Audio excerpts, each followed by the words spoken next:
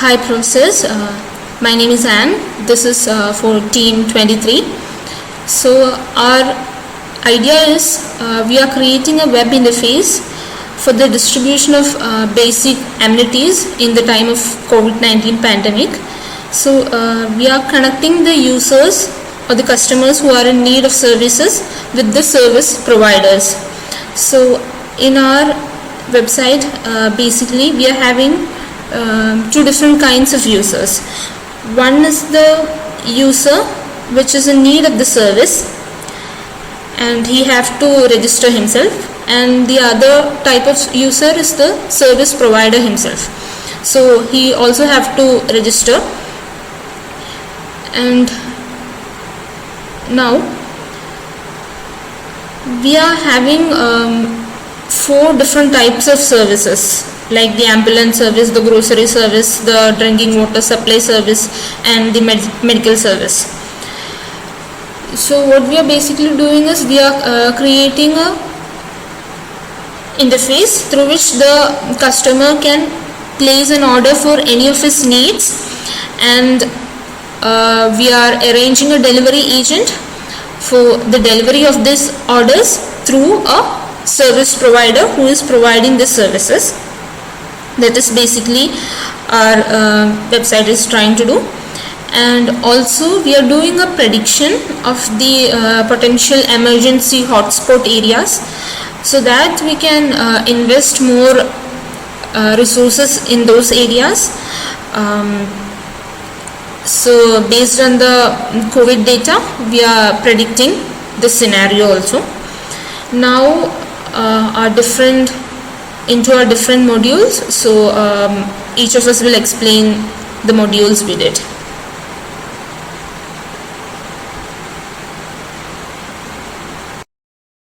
This is the registration module. We are going to the user registration now. In user registration, we have these compulsory fields, which is email, username, password, and confirmation password. If both are not actually matching, it will basically return an error. And latitude and longitude, which is the location of the user.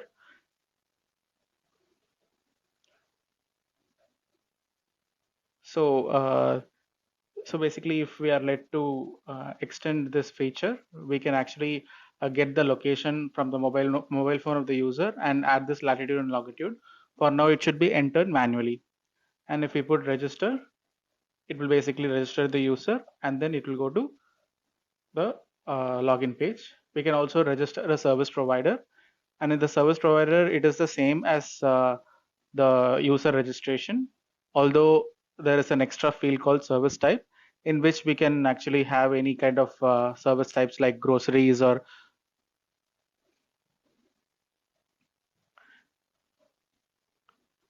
medical services, etc.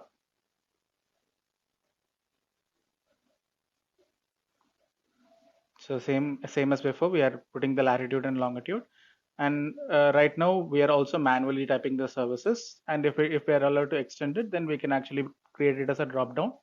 Here, this is the registry of the delivery person. So here, the location of the delivery person is not given over here, although we can actually update it inside the app when the delivery guy opens opens himself for delivery.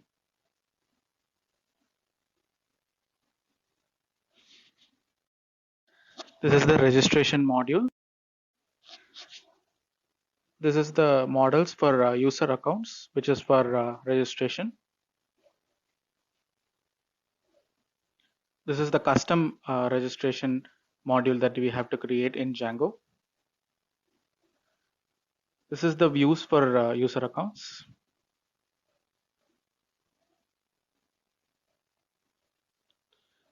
This is the models for service provider account.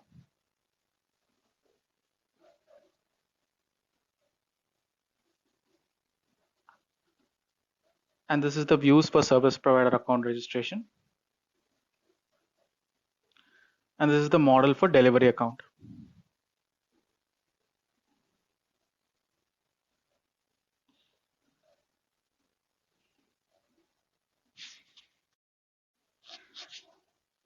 this is the models for Hi, I'm Soumalya. I'll be explaining the service provider section of our app.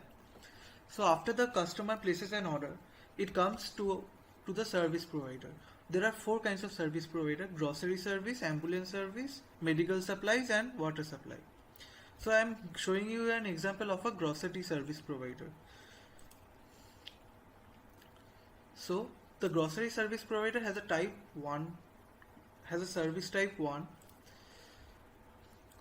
Orders belonging to service type 1 are only listed under the grocery service provider. For example, here the order number 3, 5 and 6 are of type groceries. If you see the order detail, you will see the order type is 1, which means this is a grocery order. These are the item details of the order. Any order which has already been dispatched are not shown in this list. Now, the service provider can dispatch an order by simply selecting an order and clicking on the dispatch button. Only those orders are shown in the list which are not yet been dispatched. And another functionality of our app is that each service provider has a service radius. Orders which belong within that radius, that is the distance of the order from the service provider, if it falls within the radius, then only the order will be shown in that list. Any order which is coming outside from the service radius will not be shown in the list. So if we perform the dispatch action, we will find that the order 3 will be getting dispatched and it is no more getting shown in the order list. Now we are maintaining a transaction table for the orders. So if you see this order dispatch table, you will find that the service provider with name groceries has been responsible for dispatching the order with ID number 3. Now Anne will explain the delivery module of our app. So hi, my name is Anne. So I have done the delivery agent assigning part of the project.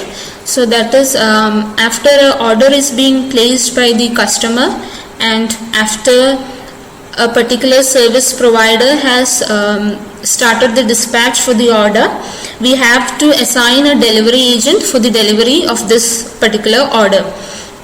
So I have started with the login of the delivery agent. So when providing username and password,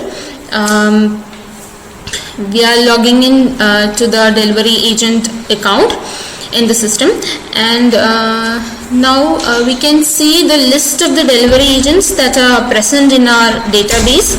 So if you click it one of them, you can see the details for the particular delivery agent. That is this particular delivery agent with ID number 3, name Aji, is free. So this free represents the status of the delivery agent. That is, this particular delivery agent is available for delivery. So if he is already out for some other delivery, then this status would go to occupied. So now so from the previous screen of the service provider, we are getting input order ID. So we are trying to assign a delivery agent for particular order.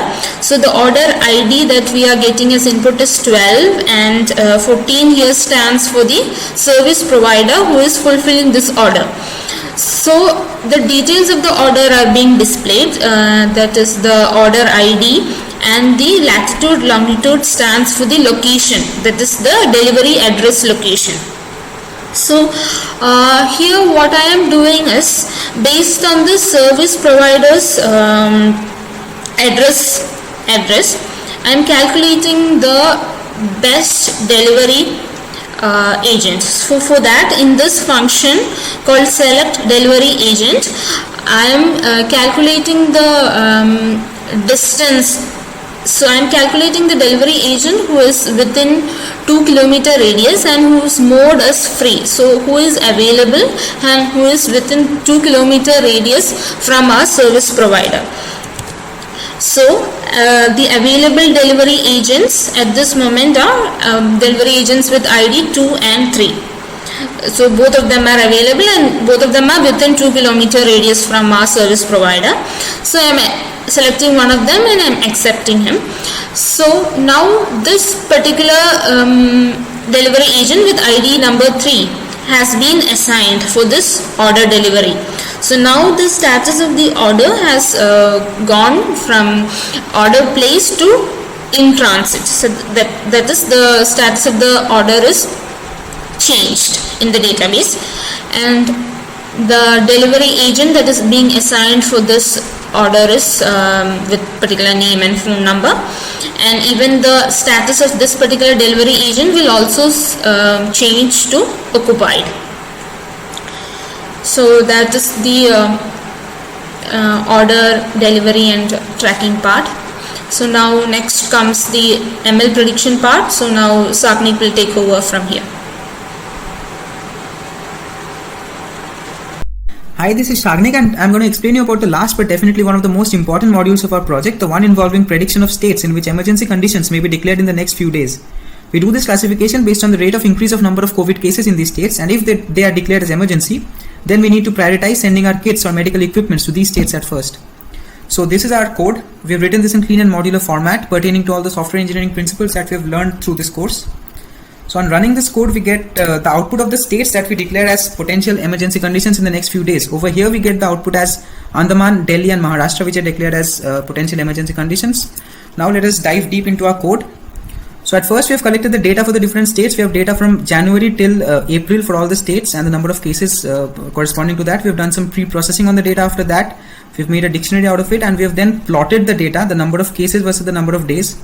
So if we see for states like Gujarat or maybe for states like even J and K, we get a very steep graph, or even in Uttar Pradesh, we get a very steep graph. But then in comparison, in states like Mizoram, or in fact in states like Arunachal Pradesh or even Kerala, we get a much lesser steep graph because obviously the rate of increase of COVID cases in different states are different. So then we have collected the population data for each of the state, and finally we come to a model. Over here we are using a linear regression model. So we've planned the model in such a way that it's a regression time series model. Over here we have used the window size of 5. So that means that we are using the data for 5 days and using it to predict the data for the 6th day. If we see the output, we get it as like this. So what it signifies is that in Haryana we are predicting that 298 cases will come on the 27th of April, 307 on the 28th of April, and so on. Now if we calculate the emergency states, we have used the concept of threshold. So what we are doing over here is that we have taken that if the number of cases in that particular states exceeds more than 1 by 10 to the power 4 times of the population of the state, then we declare the state as potential emergency condition. We have also decreased the threshold a bit and made it much more stricter, and we see that even more number of states are declared as emergency in that condition. Now we've also tested it using different models, different MLP models as well. And the output and outcomes and results are explained in detail in this Jupyter notebook file. Now coming to this part, one problem that we faced over here is that we had very less data. We had only data for around 90 days. So if you talk about ML models, if you talk about machine learning models, then it's actually very less data. So over here we have also taken into account the time. So for each particular day, we take the data for different times. For example, for at 10 a.m., at 12 p.m., at 4 p.m. And then we have predicted and got only Delhi as a potential emergency condition because the rate of growth over here is very less compared to the one which we were doing previously. We've also done it, tested it using world data, using the data for USA, for example, and we did not get much accurate result because, as I said, we had very less data, so it was probably overfitting. The rate of increase in COVID cases in USA is much more than that in India, so it was probably overfitting over here. And so we thus choose our final model as the simple linear regression model, and we get the outcome as already shown previously. So now over to Prabha, who will explain more about other models like LSTM and multinomial naive Bayes and so on. Thank you. So for the other models as well, we are using the same dictionary structure, and here we are considering the region Andhra Pradesh as it has more number of data points. For Andhra Pradesh, this is the graph. As you can see that this is following the Gaussian curve. Now for multi-layer perceptron model, two things that were considered were first the date feature had to be converted to float, and for that we considered seconds since the earliest event. And after that we split the data in train and test data sets, and using the train data we trained the model, and using the test data we predicted the model. The R2 score came out to be 0.24 in negative, and it is, as it is negative, it is not a good model to be considered. So the next model is long short-term memory. In this model as well we dealt with the date feature in the same way, and we created a LSTM model having a batch size of 500 epochs and 1 neuron, and the mean squared error was the loss function, and Adam optimizer was used. The same training and test data splitting was done, and the model was trained, and prediction was made here like this. Using the predictions we calculated the R2 score, which came out to be 0.95, which is better than the previous one, so this turned out to be a better model. Next we have multinomial naive Bayes, which was trained again using the train data, and its R2 score was 0.307, which is less than the LSTM, so LSTM is a better model for this data in comparison to multinomial naive Bayes. The last model is a Gaussian process regression. Here we made a kernel based on the parameters that suited the best, that gave us the best R2 score. So again the train and test data were used, and we got an R2 score of 0.96, which is the best amongst all. So for this data set, Gaussian process regression is giving the best result. Thank you.